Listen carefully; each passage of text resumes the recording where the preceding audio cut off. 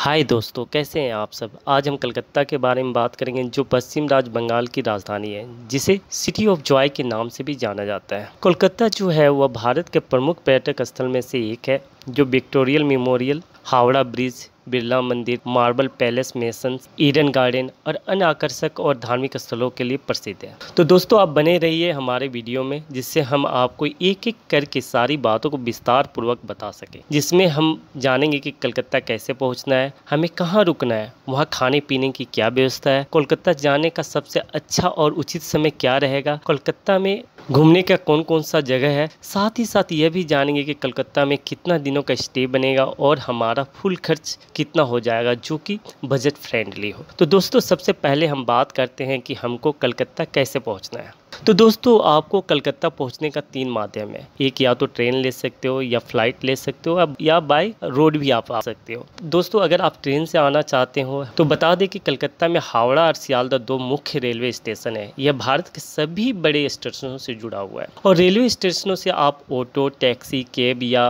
कुछ स्थानीय वाहन भी ले सकते हो, जो आपको गंतव्य स्थान तक पहुंचा सकती है। सेकेंड ऑप्शन आप ले सकते हो बाय फ्लाइट। अगर आप कलकत्ता फ्लाइट से आना चाहते हो तो कलकत्ता का नेताजी सुभाष चंद्र बोस अंतर्राष्ट्रीय हवाई अड्डा है, जो शहर के लगभग 20 किलोमीटर की दूरी पर स्थित है। तो आप बाय प्लेन कलकत्ता एयरपोर्ट आ जाओ, सुभाष चंद्र बोस इंटरनेशनल एयरपोर्ट आ जाओ। तो आप वहां से ओला, उबेर या प्राइवेट कैब लेके आप अपने गंतव्य स्थान तक पहुंच सकते हो। तीसरा भी है आपका बाय रोड। कलकत्ता जो है वो सभी मार्गों से जुड़ा हुआ है, अच्छी तरह से जुड़ा है। भारत के लगभग किसी भी हिस्से से कलकत्ता की नियमित बस सेवाएं भी उपलब्ध है। दिल्ली से NH-19 के माध्यम से कलकत्ता पहुंचने में लगभग 1 दिन लग जाता है। दोस्तों, अब हम कलकत्ता पहुंच चुके हैं। अब सबसे बड़ा प्रश्न आता है कि हम रुके कहाँ। तो दोस्तों, कलकत्ता में आपको लो बजट से लेकर हाई बजट की होटल मिल जाएगी, जिसका टैरिफ 800 से 25,000 और उससे भी ज़्यादा हो सकता है। तो आप अपने बजट के अनुसार आप होटल चूज कर सकते हो। तो चलिए दोस्तों, दूसरी बातें कर ले कि वहाँ पर कलकत्ता में खाने पीने की क्या व्यवस्था है। तो दोस्तों, आपको बता दें कि यहाँ अधिकांश बंगाली जो व्यंजन होते हैं, फूड होते हैं, भोजन चावल और मछली के चारों ओर घूमते रहते हैं। इसके अलावा आपको North Indian, South Indian, Chinese food, veg और नॉन वेज इजिली मिल जाएगा। अगर आप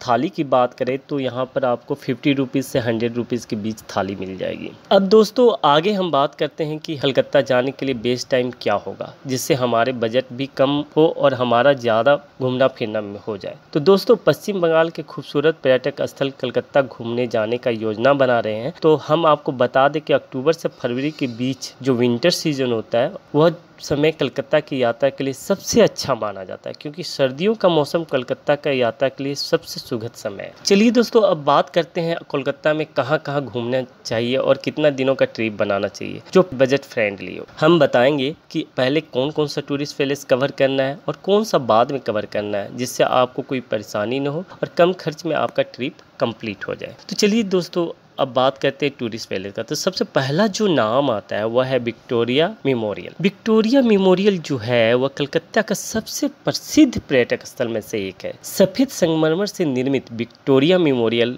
रानी विक्टोरिया की स्मृति में बनाई गई थी, जिसे भारत पर ब्रिटिश राज के अवशेष के रूप में जाना जाता है। रानी विक्टोरिया मेमोरियल 64 एकड़ के हरे भरे और अच्छी तरह से बनाए हुए बगीचों से घिरा हुआ है। विक्टोरिया मेमोरियल के प्रमुख आकर्षण 16 फुट ऊंची कांस्य की प्रतिमा है, जो स्मारक के शीर्ष पर लगी हुई है। रानी विक्टोरिया मेमोरियल शाम के समय और आकर्षक प्रतीत होती है, जब शाम को इसे रोशनी और ध्वनि से सुसज्जित किया जाता है। तो आप विक्टोरिया मेमोरियल का ट्रिप कर सकते हो। इसके बाद जो नेक्स्ट आता है वो आता है आपका फोर्ट विलियम। फोर्ट विलियम जो है वह कलकत्ता शहर में हुगली नदी के तट पर स्थित है। फोर्ट विलियम जो है वह 17.9 एकड़ में फैली हुई एक शानदार संरचना है, जो सैकड़ों खिड़कियों से सुशोभित है, जो पर्यटकों और इतिहास प्रेमियों के लिए कोलकाता का प्रमुख आकर्षण केंद्र बना हुआ है। तो आपको बता दें दोस्तों, यहाँ कैदियों को रखा जाता था। यही वजह है कि इसे कलकत्ता का ब्लैक होल के रूप में भी जाना जाता है। फोर्ट विलियम वर्तमान में पूर्वी कमान का मुख्यालय के रूप में कार्य कर रहा है। तो यदि आप कलकत्ता घूमने जाने का प्लान कर रहे हैं तो अपनी यात्रा के दौरान फोर्ट विलियम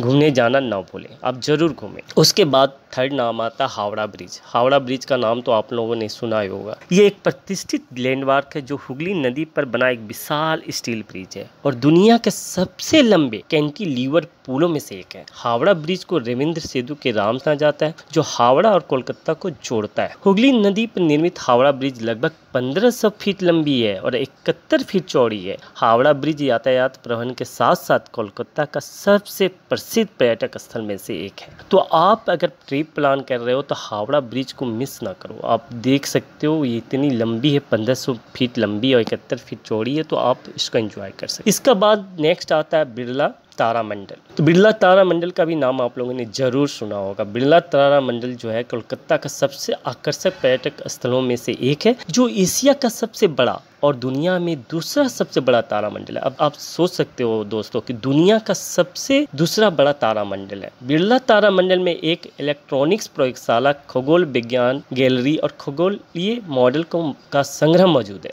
जो पर्यटकों और विज्ञान प्रेमियों के लिए आकर्षण का केंद्र बने हुए हैं। बता दें कि बिरला तारामंडल में पर्यटकों के आकर्षण के लिए नियमित रूप से कई शो आयोजित किए जाते हैं। तो अगर आप प्लान कर लें बिरला तारामंडल का, तो आप वहां जाकर शो देख सकते हो। ये शो जो है हिंदी में भी चलती है, अंग्रेजी, बंगाली और अन्य क्षेत्रीय भाषाओं में संचालित की जाती है। आप जो शो देखोगे, शो के दौरान 9 ग्रहों के बारे में दिलचस्प विवरण, हमारे ब्रह्मांड में मौजूद अन्य आकर्षक खगोलीय पिंडों पर चर्चा की जाती है, जहाँ आप ग्रहों, खगोलीय पिंडों और विज्ञान संबंधित अन्य जानकारी प्राप्त कर सकते। इसके बाद अगर बात करें तो नेक्स्ट आपका जोरांस्को ठाकुर बाड़ी। तो जोरांस्को ठाकुर बाड़ी जो है वह टैगोर फैमिली की पैतृक घर है। रविंद्रनाथ टैगोर का जन्म यहीं पर हुआ था। तो आप यहाँ पर जा सकते हो। ये एक तरह से भारतीय संग्रहालय है, जिसमें आमतौर पर स्थानीय भाषाओं में जोरांस्को ठाकुर बाड़ी के नाम से जाना जाता है। यहाँ पर 700 पेंटिंग रखी हुई है, जो बहुत ही आकर्षित है। तो आप जाकर वह पेंटिंग देख सकते हो। उसके बाद अगर नेक्स्ट बात करें तो इंडियन म्यूजियम के बारे में बात करते हैं। भारतीय संग्रहालय, सिटी ऑफ जॉय के नाम से प्रसिद्ध कोलकाता में स्थित भारतीय संग्रहालय दुनिया का